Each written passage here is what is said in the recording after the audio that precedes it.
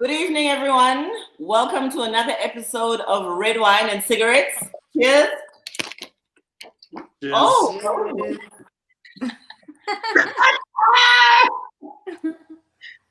So, Lindy has just spilled wine on some props we're going to use tonight, but that's fine. So, tonight on the show, we have the Makhs joining us. We have Lerato Makheta and Petula Makheta, who are my brother and my sister in love. Favorite couple, married 10 years, fabulous, aspirational, successful, just they're everything. So we thought, well, today is our season finale for season 1 of Red Wine and Cigarettes. And we just thought we really wanted to have people we love on board and to have a really, really fun time and to laugh and to interact. Lerato and Petula, thank you so much for joining us. Thank you so much for having us. Thanks for having us. Yeah. You're welcome.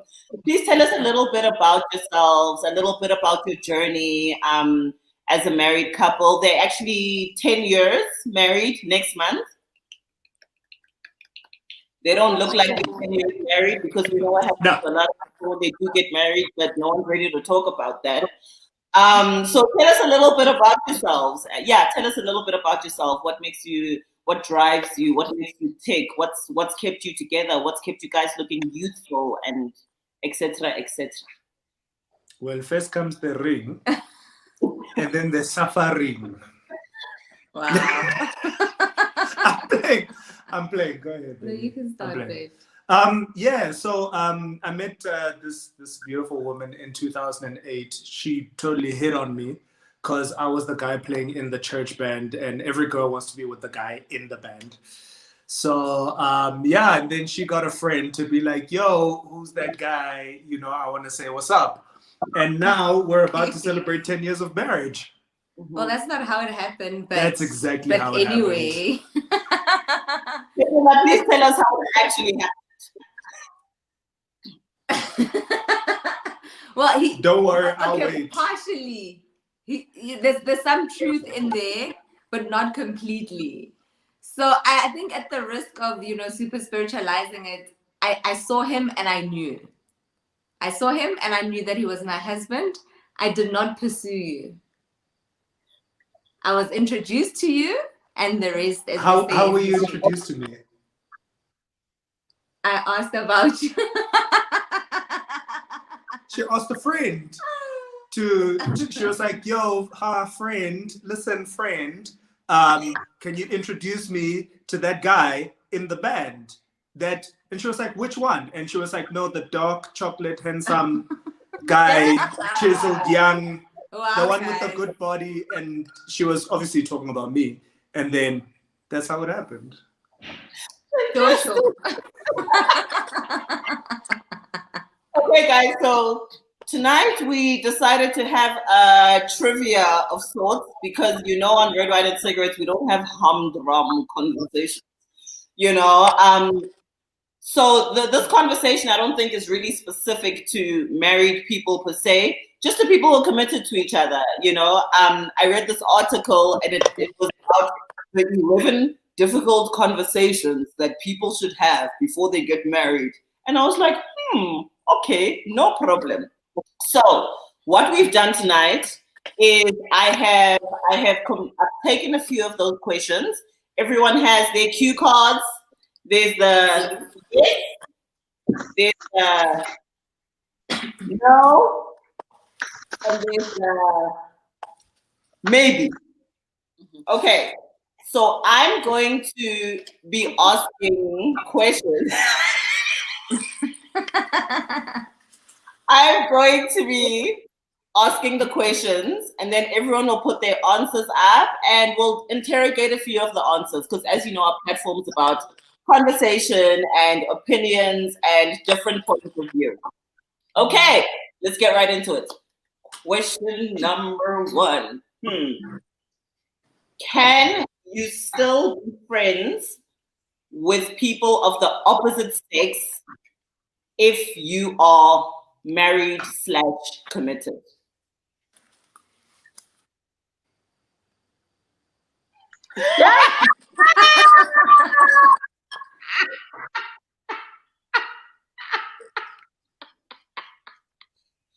Okay, okay. I want to go to oh, Nikita Frederick says, "You all look stunning. Shout out to the birthday girl. It was Subusi's birthday yesterday. I actually really neglected to mention that. Can we have a cheers for Subusi? Cheers. Cheers. Cheers, Cheers. Grandma. Happy 35th, Subusi. You look amazing. You're amazing. We love you. Let's get back into it. Ketola, so you feel like you're committed or married, you shouldn't have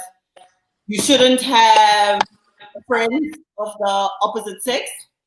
Tell us why. You know what, Sinem?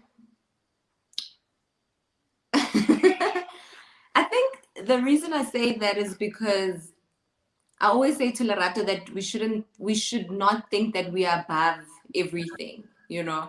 And I find a lot of young couples finding themselves in very compromising situations where, guys, lenyalo le le telele, hey, you find yourself, you know, maybe that, or maybe you're going through a season with your partner where things aren't really, you know, a warm man. Do you know what I mean? And then you have this guy friend, you know, that you always confide in and whatever. I feel like you could run the risk where you find yourself in a situation where you never thought you would be. So for me personally, I do it. I do it. Personally, I used to have a lot of guy friends, you know, but I made a choice, you know, getting into my relationship and my marriage that I don't want to have those, you know, close relationships because I don't think anyone wakes up. Most people, like, I don't think most people plan to have affairs, you know, but a lot of people find themselves in those situations, you know. So for me, I just really believe in just sort of proof, affair proofing your relationship. And I think that's why I do it, because I don't want to find myself in a position where I've done something that I never thought I would do. So that's my main reason. Okay, I like it. Okay, I hear you saying a proofing Yeah. your relationship. Do you really think there's such a thing? That's the first question. Do you think there's such a thing as a proofing your marriage? And my second question is, are you negating the possibility of a person having a real and valuable interaction with someone of the opposite sex, and it's necessarily having to be sexual? Do you not believe that relationships between men and women can actually just be platonic?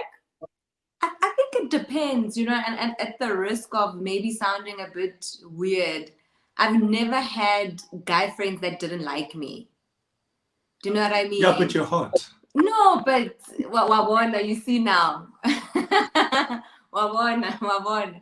Do you know what I mean? Like even in varsity, you know, you would end up becoming friends because you friend zoned someone, not because you met and you thought, oh my gosh, you know, he's cool. Let's be friends. You know, it was a case of this guy used to like you, and then you just got to a point where you realize that it's not gonna work. Let's just be friends.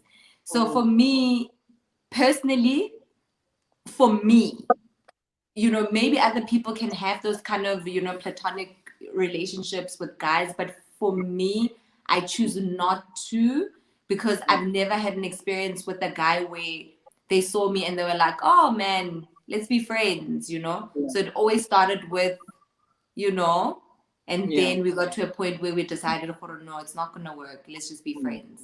So I don't know. Sibs, your answer Was yes. yes. Okay, so you're not married anymore, but you were married, and you had male friends while you were in your marriage. Okay, why did you answer yes? How did that work for you?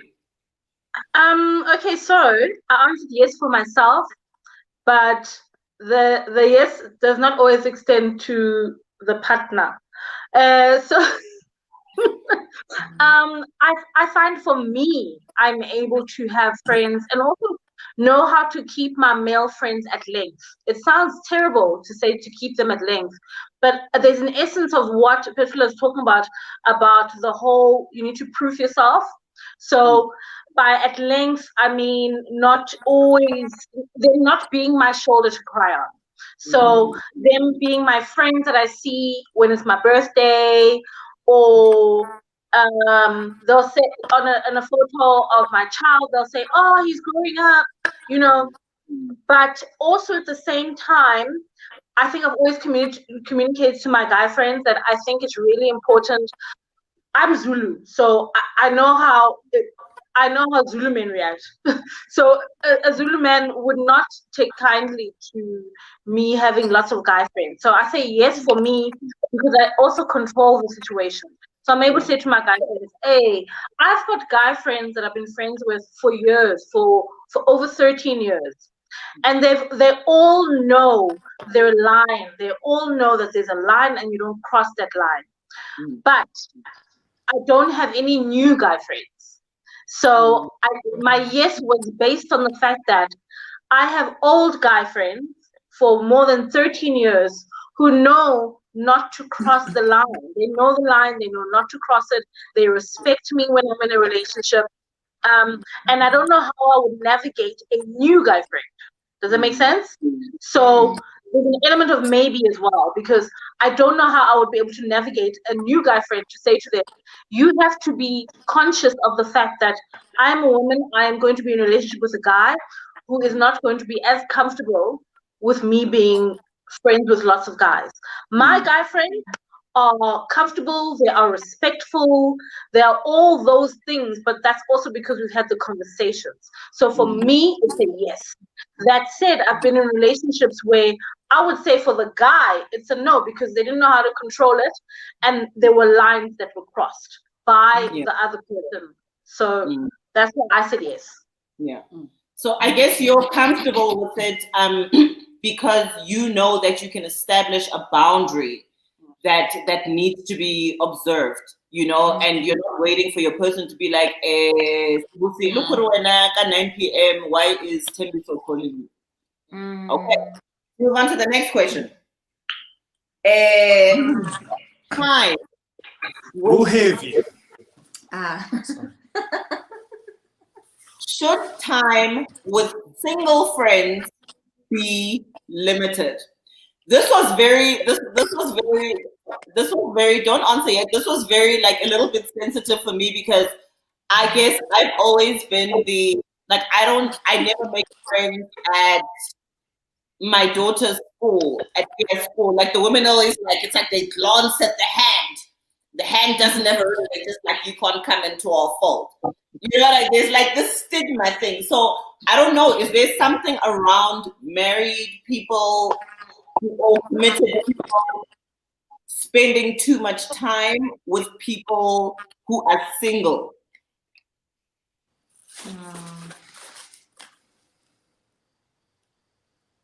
It's a no all round. Yes. No problem. I will Even from me. Even from you. Okay, I'll move on to the next one. Are conversations with exes still okay?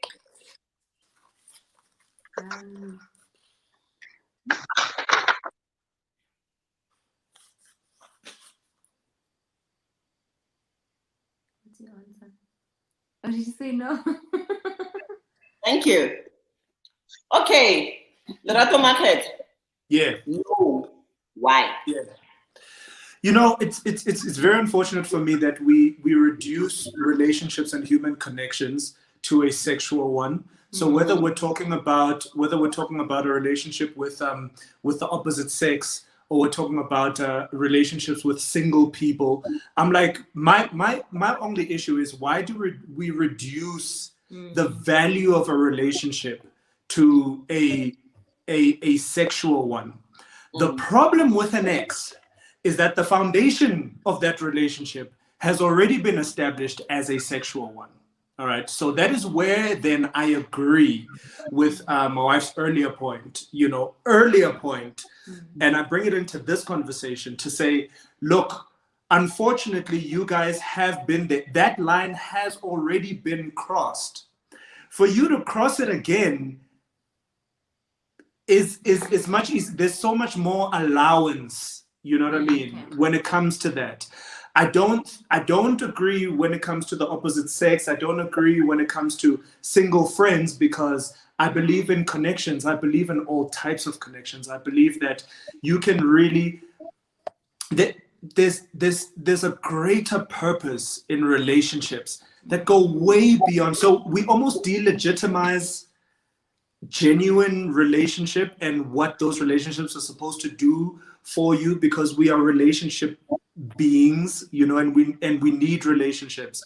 But then when it comes to an ex, I'm just like, yo, you know, I wouldn't even put my wife in that position. Now, when I was single, I would still talk to my exes. But remember, like Sibs was saying earlier on, I was the shoulder to cry on, even though we weren't together. But because we've already established that relationship, now you feel comfortable to do that. Now I don't know how to set that boundary now. You know what I mean? So no, it's not okay. It's a no from you. Yeah. Let's say something. I responded yes, simply because of my experience.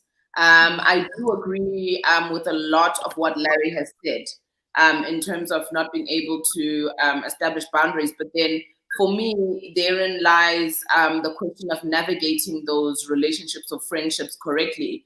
I think I've had a conversation with all of you guys here actually about how we need to relook how we are sexualized when it comes to our relationships or connections with the opposite sex too early, which then makes it difficult for us to balance things out when we actually connect with someone of the opposite sex or someone that we could potentially be sexually attracted to.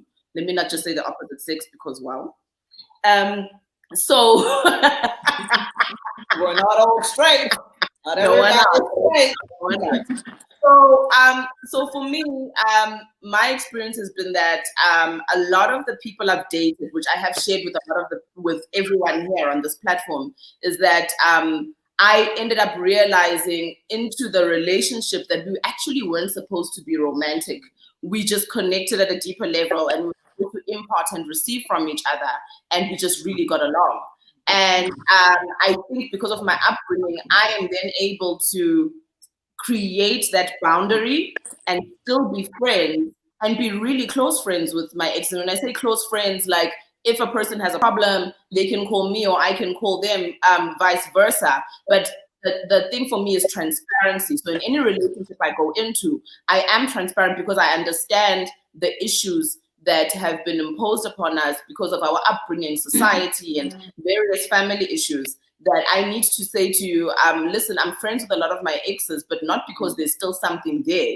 If anything, I introduce them to each other because a lot of my exes are still really my friends. So I think it's a balance thing, it's a transparency thing. And if indeed, I think also you need to check yourself.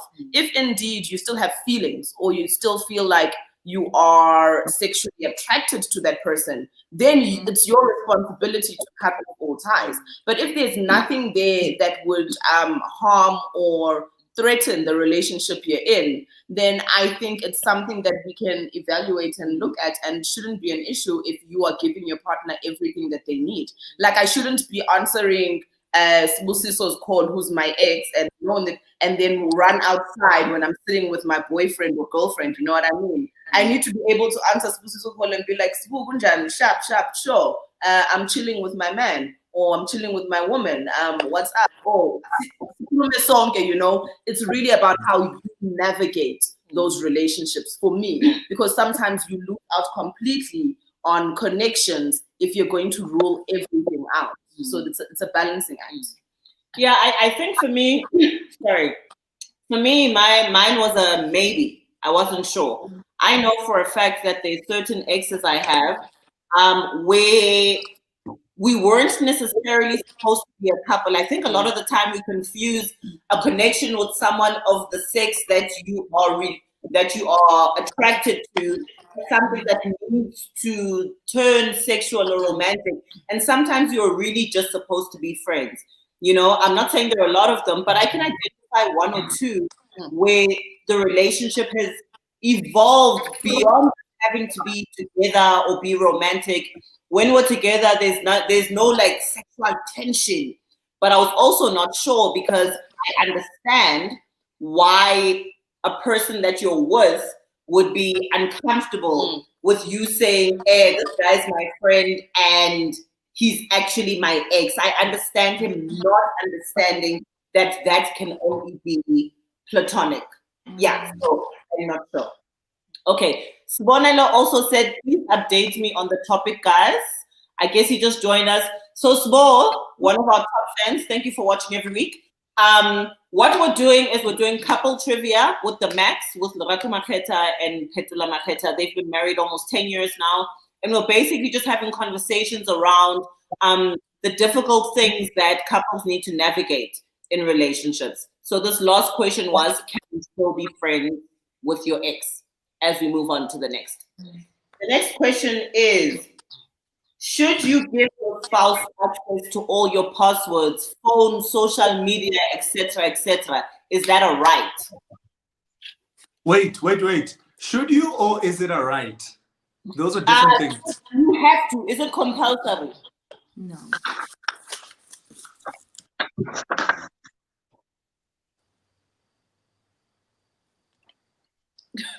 Okay. Everybody said no. Everybody said no.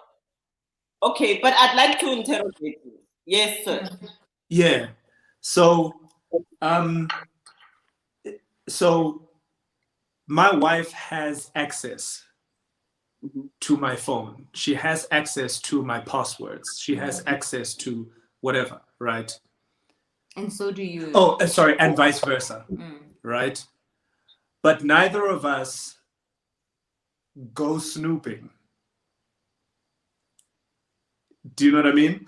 And I feel like snooping is a problem. I do. Because you're dealing with a bigger problem here.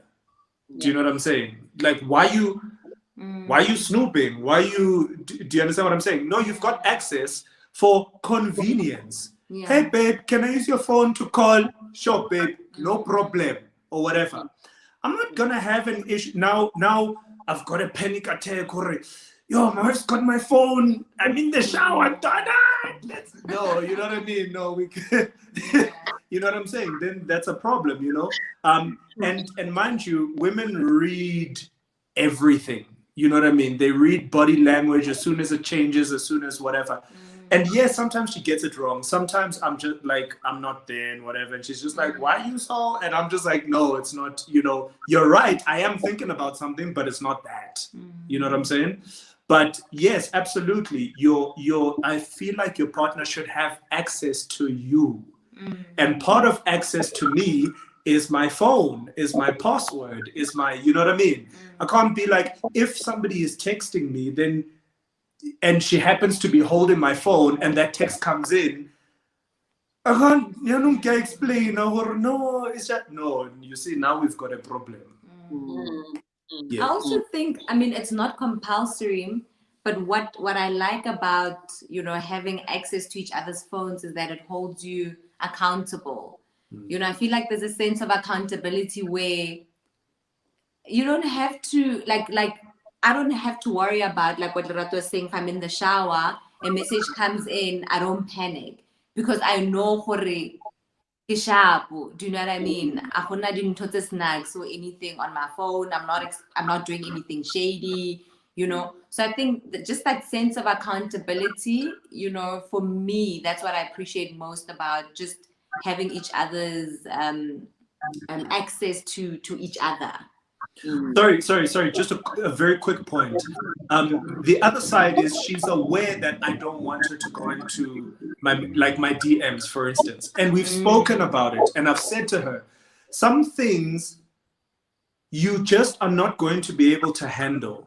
Do you know what I'm saying? Like, it's just, you know, and I wasn't a participant. But now I can't be held responsible for somebody now who's, you know, just the same way I wouldn't hold her responsible.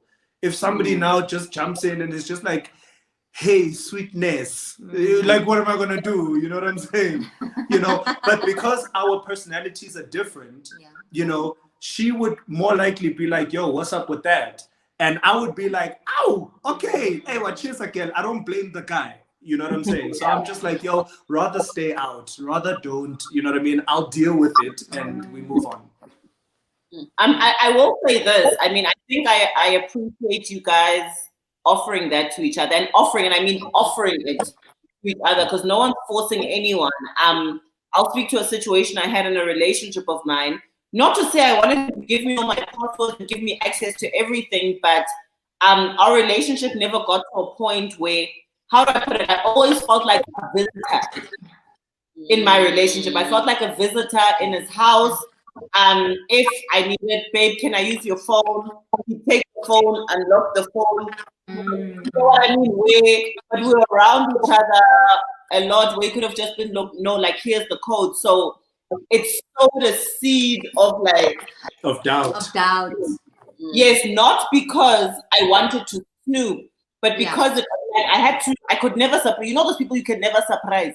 You know, you can't surprise them because that access. You know what I mean? They have to sit at the gate. I just let them in. You know, you get there, he must still be dialed. And I was just like, I'm not sure. I feel like 9 months later, I don't know. Something here, like something here is wrong. This is not privacy, it's extending to secrecy. Yeah. You know, so I think that's what it is. Let me read Tembiso's comment. He says, hi, because it's easy to read mail changes. We do something wrong, all of a sudden we start drinking water.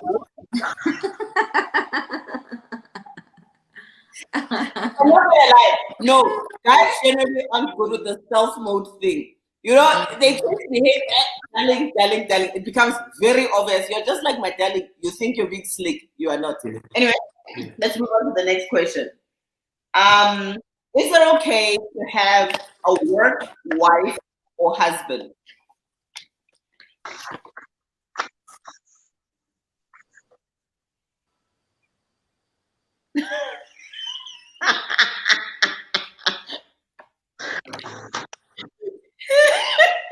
Well, okay. First of all, what is that? Yes. Let me talk about that. Okay, so tell us what a work wife or husband is. Okay. So my answer of yes is based on what my idea of what a work wife or work husband is, right? My work husband, ex-work husband, was on the show actually. I think the second show, Bruce was on here. Yes. But he's gay. Exactly. So a work husband or a work wife is not, it's not a sexual thing. It's not. It's that person for me that is like my friend at work. The only reason that they become a husband is because they are of the opposite sex. Does that make sense? That's the only reason. But for me, I have no issue with a work husband. I have had a guy at a previous job who was like, can you be my work wife? And I said to him, no, because you're attracted to me. Does that make sense? I would never ever work husband or work wife somebody that I'm attracted to. So for me, it's just someone who I can rely on at work. Be it, oh, I don't have my lunch. They'll share their lunch with me. Oh, I'm frustrated. Something happened in the meeting, and I can just go and vent and walk away. That for me is a work husband. So my answer of yes is based on that. If someone is attracted to me, no, I'm not going to take you as a work husband. And I've said it to people like, no, like I'm not doing that. You're attracted to me. That's not going to happen. So my answer of yes is based on the just having an extra friend in the workplace that you feel that you can open up to a bit more than your other colleagues. That just has your back a little bit more. Yeah, and I've been in workspaces, but also because my sexuality is not exactly straight, where I've had a work wife or a work husband. But also those people were, it wasn't a sexual thing. It was just like literally that extra support system of a person that I feel I can rely on. Also, they will also come to me and be like, yo, I didn't bring my lunch. Do you have something? All right, let's share. I think that the line is crossed again. Boundaries, boundaries, boundaries, boundaries, guys. You have to lay boundaries. The line is crossed when you do not lay boundaries, and then people, which is what happens. People are dropping you off at home. You guys are going out for drinks on a Friday night, and you're coming home at 10 o'clock. No, guys, no lines, boundaries, and that's where this work husband work wife thing becomes very problematic, because most people, the majority of people, don't have the lines and the boundaries in place. The Max? No, you go. I'll go. Sibs, I feel like the way you ended your comment is exactly my point. Yeah. What's wrong with being friends? Why must you be my husband? Why must you be my wife? Why, guys? Why? And let me tell you what the issue is. The issue is, as much as, people could be like, oh, semantics, it's just a label, it's just a whatever. Yes, but labels have connotations. So why must I come home to my wife and be like, oh, babe, relax, she's just my work wife. Come on, guys. Like, no, me, I must be okay. Like, no, babe, who you talking to? No, I'm talking to my work husband. How? Well, I get guys, ke Mosotho, sharp, ke soft, ne? But no, wait, let's just, no, wait, what? Like, why? Do you understand what I'm saying? Like, we've had the conversation about having relationships with the opposite sex. And Sips, you were the one that brought it up and you said, guys, boundaries. I feel like as soon as you say this is my work wife, now we've got a boundaries issue. It's talking to the very boundaries where we're like, okay, and like you rightly say, now there are allowances. Why Risharas Kaftin?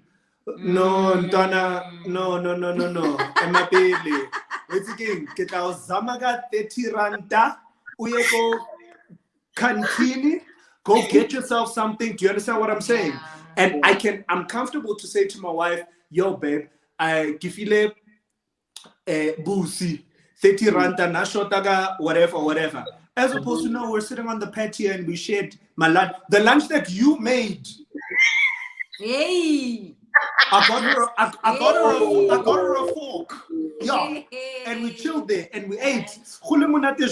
Sunset and Donayam. No, come on.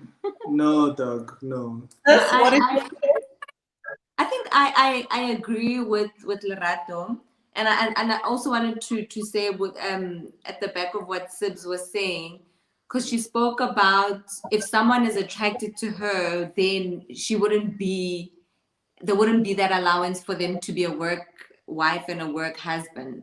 But what I've noticed is in most relationships, people, the more time you spend with someone, you are, more likely to, just to start seeing them in a different light. Someone might start not having any feelings for you, but the more time you spend with that person, because you're letting them in, you're letting them see, a side of you that, that maybe you wouldn't have necessarily shown to them if you were just a colleague or just a work friend, But the minute this person is like your work husband or your work wife, I feel like you could, cross the line, because feelings could start to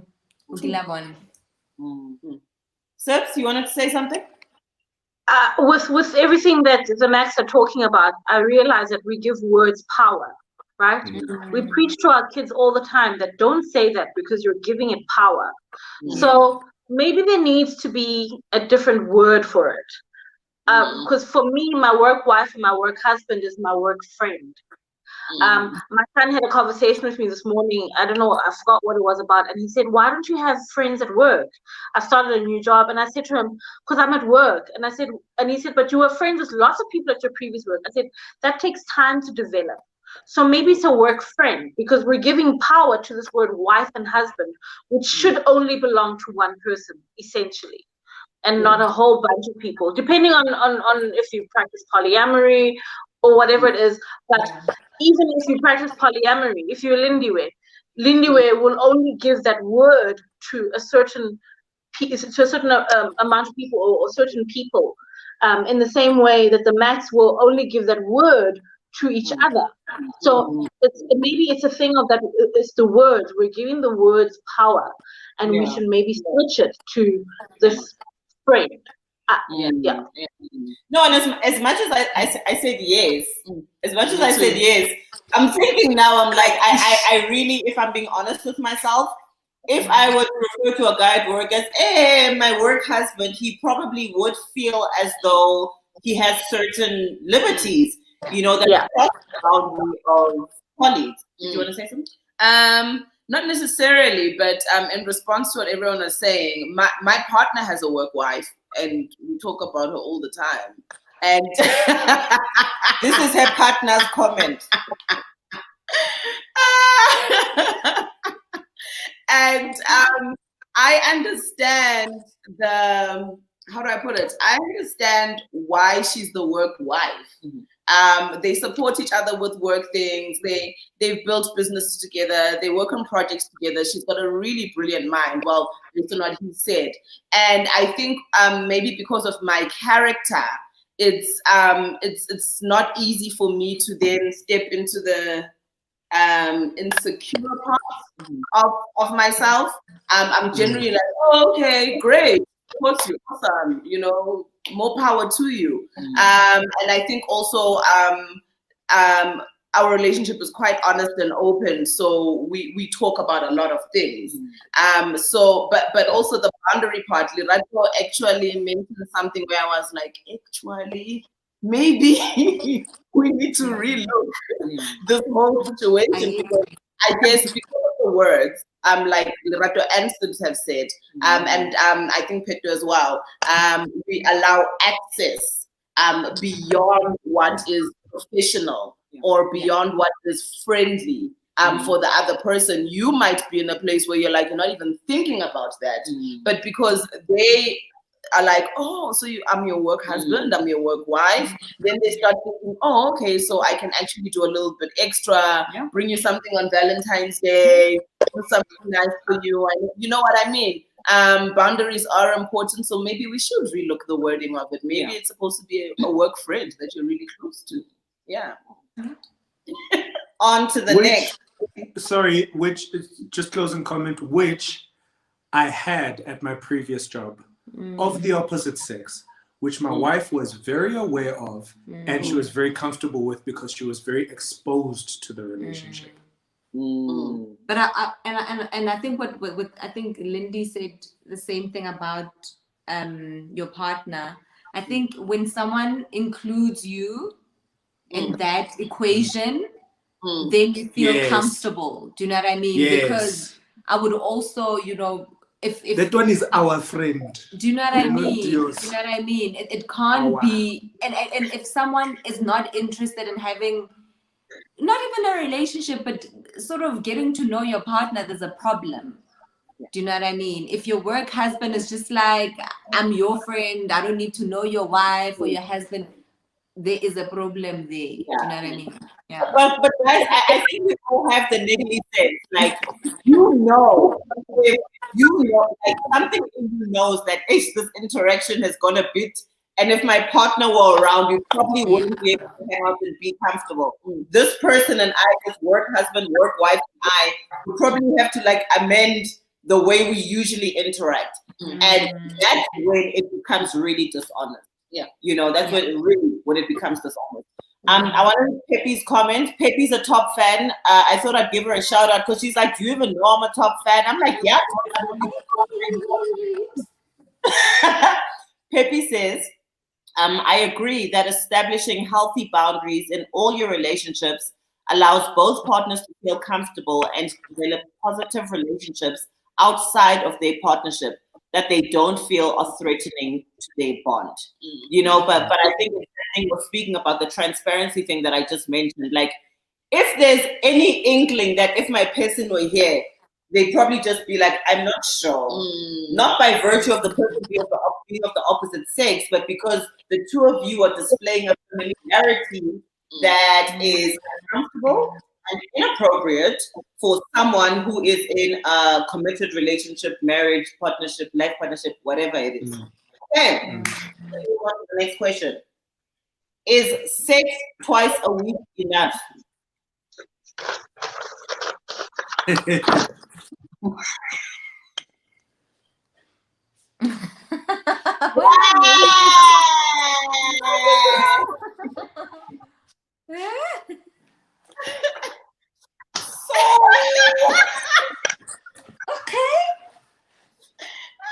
No, guys, no, Mamela. You see, the one thing about me, ne, is I don't play to the gallery. I don't. I think it's very important to be very honest with yourself. Let's be real. In every single relationship, you go through seasons. You are definitely in a very unhealthy chick sips is like, wait, I want to hear this. So, okay. You are in a very unhealthy relationship. And by the way, guys, don't forget, we have been together for 12 years and we've been married for 10. You do go through a time, you do go through a season where you are able to fill each other's cups by chilling, having wine, Netflixing, eating sushi, like, and that is like you're just having that moment because you're just in that season. There are times where my wife is like, yo, like you're going through something. I don't know what you're going through, but I can see that you're different. Like you're in your head a lot, you're thinking a lot, you're whatever. There are seasons where my wife was just like, in the beginning of our marriage, we used to take it very personally. I used to take it very personally when I would be like, so baby, you know, what's up? You know what I mean? And she would just be like, no, like I'm not, like I've got a headache. You know what I'm saying? But having grown up a little bit, you realize that there's so many other ways to connect. Now, it also means that there are those times where you're going to be having sex like 7 days a week and you're going to be going for a long time. And then there are seasons, right? And then there are seasons where you're just like, yo, I need something else right now. And I think we need to normalize that. I think we need to be okay with that. You need to be okay with the fact, otherwise, and this is why, like, often you feel like, yo, you're my partner, but like, I need a friend and I need a whatever. And you can actually have all of those things in one person. If we were to just remove the need, you know, for and everything that we've attached to sex, you know what I'm saying?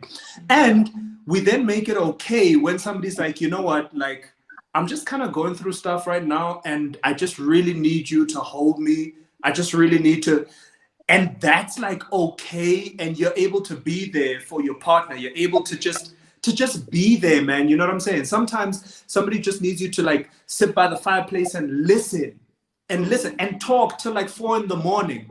And that's okay. You know what I'm saying? But that's just me. That's just me. I think I agree with you, babe. I agree with Leary partly. I feel like, you know, twice a week is not, I think it's the big minimum. I think in a perfect world, couples should be having sex more regularly. Yeah. But the reality is life happens. So like just because, you know, you're having it twice, it doesn't make it enough. Yes. Do you know what I mean? You could be having it twice because there's just so much happening. I mean, we've got kids, we have, you know, businesses, we have other interests, do you know what I mean?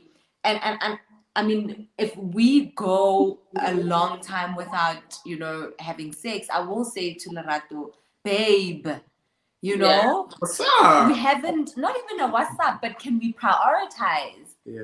Do you know what I mean? Can we prioritize? And it's not because we don't want to have sex, but it's because there's just so much happening. There's a lot going on, you know, right now, you know, that you could sort of forget, you know, because you're so busy, and not even maybe forget, but Lerato is a night owl, you know, and sometimes I go to bed very early, you know. Sometimes he'll come to bed at like 3 a.m., you know, because he's writing, he's thinking or whatever. And that could happen for like a week or 2 weeks. And if we don't talk about that and discuss and to say, babe, you know, let's, you know, check, you know, you could go but I think twice a week is not enough. People should actually be having more sex. I agree. But sometimes life happens. Yeah. True. Yeah. Yeah. Okay. We're already over time, but one more question. Oh, we're over time. Yeah, we're over time. If anyone who answers anyone that asks to answer, just keep it brief or we're gonna get cut off. Last question. Is there a time that is too late for your partner to come home? Yes. What is this? What?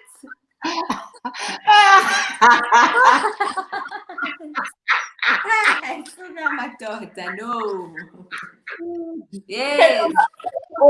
Yes. Yes. No, yes, because I feel like there's a time more on the clock where the hour is just ungodly. What? You know? Where people just start losing themselves, man. You know, where anything goes. I think, you know, I don't go out a lot, but I used to go out a lot, and I know what happens. You know, and I know what happens. Hi, Toma Ishapa 3 a.m. Hi, guys.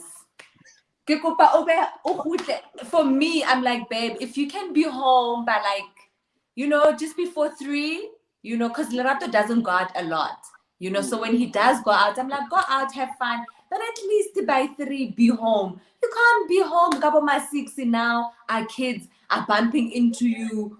You're walking in. No, guys, no. But nothing positive happens after 3 a.m. No. No, after 3.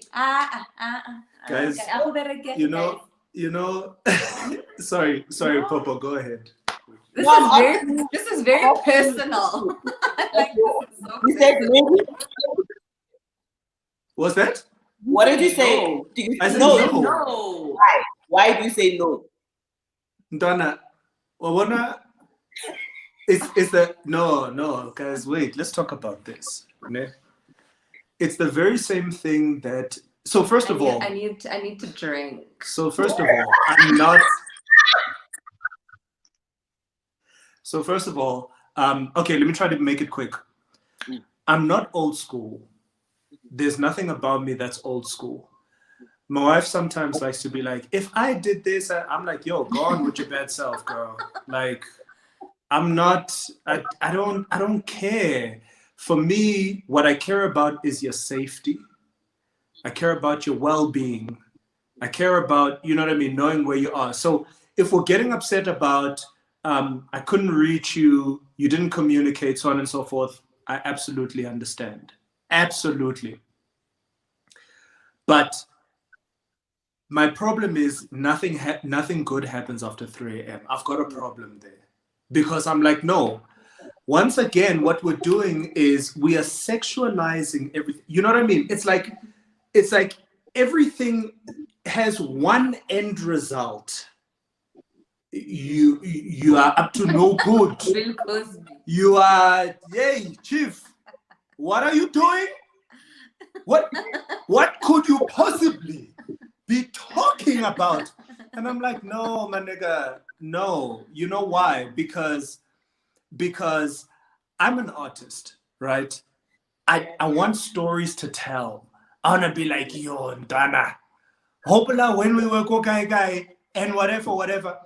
My wife's argument is, she's much more conservative than me. Her argument is, a whole father of 2, a whole husband, a whole worship leader, you are out in the streets. And I'm like, yo, Ndana, especially for somebody who doesn't go out much, like our God. And I do have my seasons, but like on average, maybe like once a month or twice, you know, a month. or whatever, like I go because I'm determined everything that I do it well. And I go out. When I go out well, guys. And to let you know, by the way, I don't like going out with my wife, you know, because come 9 o'clock, No. 10 o'clock, she's just like, hey, you know what I mean? On the way home, we're having a conference. You were drinking, and I'm like, Shindana Wabona. Do you know what I mean? Which defeats the whole purpose. So my thing is like, honestly, and I'm saying this, and I know a lot of guys are going to disagree with me, and maybe ladies are going to think I'm lying, but I'm not. I don't. My wife, I'm like, yo, you're out with your friends. Me, if I'm going to call you at 3 o'clock, I'm going to be like, are you safe? Are you good? What's up? Do you need me to come and pick you up? Are you whatever? Umnati, sharp. Just let me know. Keep me in the loop. I got you. You know what I mean? She was talking the other day about the difference between black and white men. I just want to say this very quickly. And she was like, her cousin is married to a white German guy, right? And he's doing all the cooking and whatever. She's getting pissed with her friends or whatever. And she was talking about how he would take her to bed because she's drunk and whatever. Kilohoa, guys. Kilohoa. Kilohoa. I'm that guy where I'm just like, yo, yeah, okay, sorry, I'm done. Thank you, bro. Just know when to come home. When I'm ready. No. Okay. No. Okay, guys. The Makhs, Larry, thank you so much, man. Thank you for your candor. Thank you for your honesty. Thank you for the loves. Thank you for just being open. Everyone who's watching, you know, we started this 13 weeks ago. This is our 13th episode. That's one season up. And we just want to say thank you so much for the support. We have been so humbled by it. You know, it's been more of a blessing to us than it's been to you.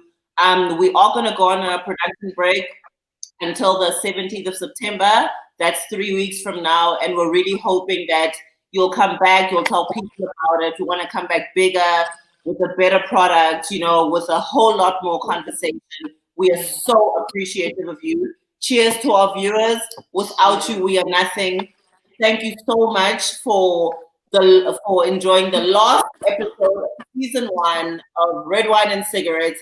We'll see you in 3 weeks' time. We love you. God bless. Good night. But when I'm in the streets, that's spring break. But where your Makhs? Good night. Peace and blessings.